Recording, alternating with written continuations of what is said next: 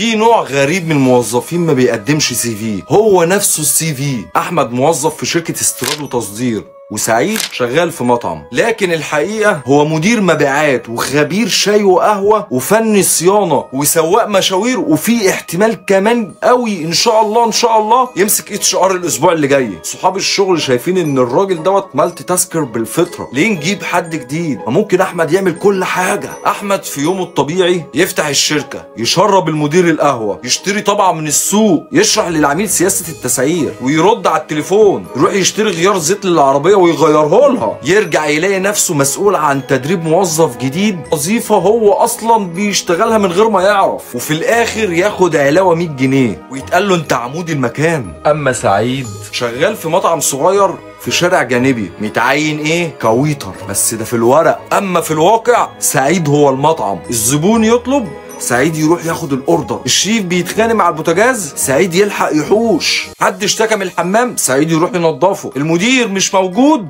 سعيد يمسك الكاشير، الكهرباء حصل فيها حاجه، سعيد يروح يركب السلم بسرعه ويصلحها وهو بيقفل الاوردرات. والمصيبه ان المرتب لسه 3000 جنيه. كان صاحب المحل شايف ان التبس بيتلم في الشارع مش في الشغل. سعيد مش موظف، سعيد ظاهره عندها ضغط مزمن من الزباين، قرف مزمن من الشيف، وبيرن اوت عشان خاطر ما يتخصملوش يوم. كل لما يجي يطلب مساعده المدير يقول له انت جامد يا سعيد، انا واثق فيك. وكل لما سعيد يجي يقرب يسيب يلاقوا له شغلانه جديده، امسك السوشيال ميديا، صور المنيو، اعمل عرض على كفتة الجمبري مثلا اللي ما اتطلبتش من رمضان اللي فات. وفي الاخر سعيد يجي يبص لنفسه في المراية ويقول هو انا اللي شغال في المطعم ولا المطعم اللي شغال فيا؟ في دراسة من جامعة هارفارد بتقول الموظف اللي بيشتغل في مهام اكتر من وصفه الوظيفي ب40% بيكون عنده تضاعف في معدلات القلق والاجهاد المزمن، وسعيد عدى ال120% وبيتقال له برافو يا بطل.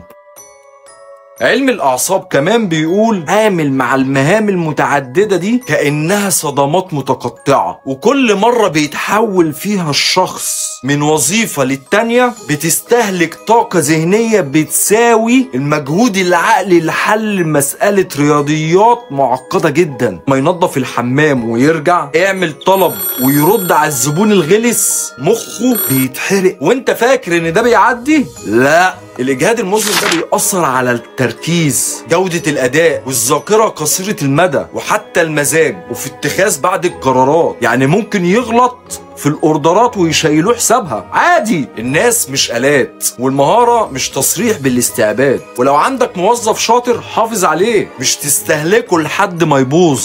لو بتشتغل 3 شغلانات بمرتب واحد ما جاتش عليا أنا. اتفرج على الفيديو للآخر وتعمل لايك واشتراك قبل ما مخك يتحرق.